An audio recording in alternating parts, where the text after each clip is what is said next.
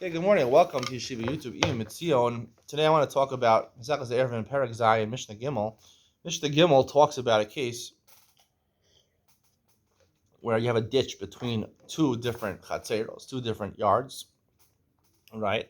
And the question is, should the people in one chatzer make a joint eruv with the people from the other chatzer, or they're not allowed to? They each have to make their own. So if there's a ditch at 10 tefachim deep and 4 tefachim wide, it's kind of like you're not going to go into the ditch to get across the other chatzar, so it's interposes within the chatzar. It's like a wall.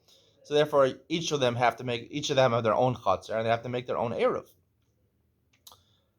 And even the Mishnah says, if you lamali kashu tevin, even if the ditch is presently filled to the top with straw or hay, it doesn't make a difference because the way the Mefarshim explain, straw or hay, I need to feed my animals very soon. You meet them on Shabbos, maybe tomorrow I have to feed my animals.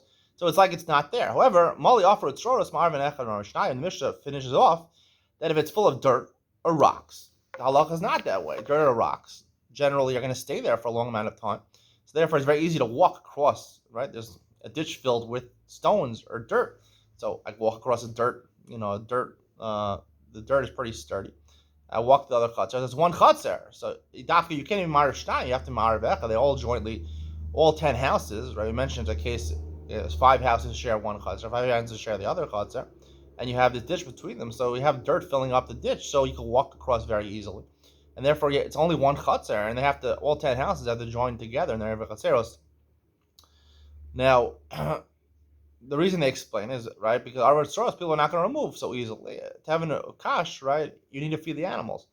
The problem with this is that the Gemara Maseches Sukkah on Daf Daled, which is really quoting from Ovalos, Machlokas Rabbi Yossi and Rabbanon, doesn't say it's not so simple. There, the Gemara is talking about a case where you have a sukkah that's a malam esromam, 20 amos high, more than 20 amos high, and you want to make it 20 amos or less. So you put something on the floor to raise the floor. So if you put kash or tevin, Gemara discusses different things you put over there. So one of the they talk about offer and sororos. If you put dirt on the ground to make the floor higher, or you put rocks over there. It's a machlokas Rabbi Yossi and Rabbanan. It's not so clear, right? It depends whether you plan on taking it or you plan on leaving it over there. It's machlokas Rabbi Yossi and Rabbanan. It's complicated. Here in the Mishnah is so simple over here, right? It just says avro tzroros. That's it. Why don't we talk about machlokas Rabbi Yossi, right? If the point over here is whether they're going to remove it or not, right? According to Rabbi Yossi and Rabbanan, they argue that this very point, Masechah Sukkah, about even offering soros. Do you plan on leaving it there for a certain amount of time? Do you plan on taking it or not? So why is this so simple over here? So I would venture to say that this Mishnah has nothing to do with the Mezekah Sukkah. And the reason for this halacha is not because the hay or the kash or the hay or the straw you're going to remove.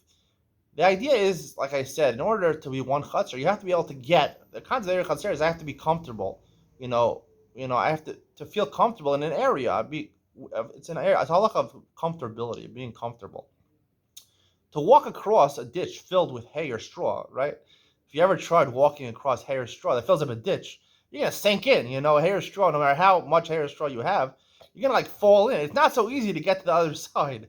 It's quite a challenge. It's like when they have in the for the kids with those like toy areas filled with a lot of balls. You sink in. You can't walk across the plastic balls so easily. You're gonna sink in.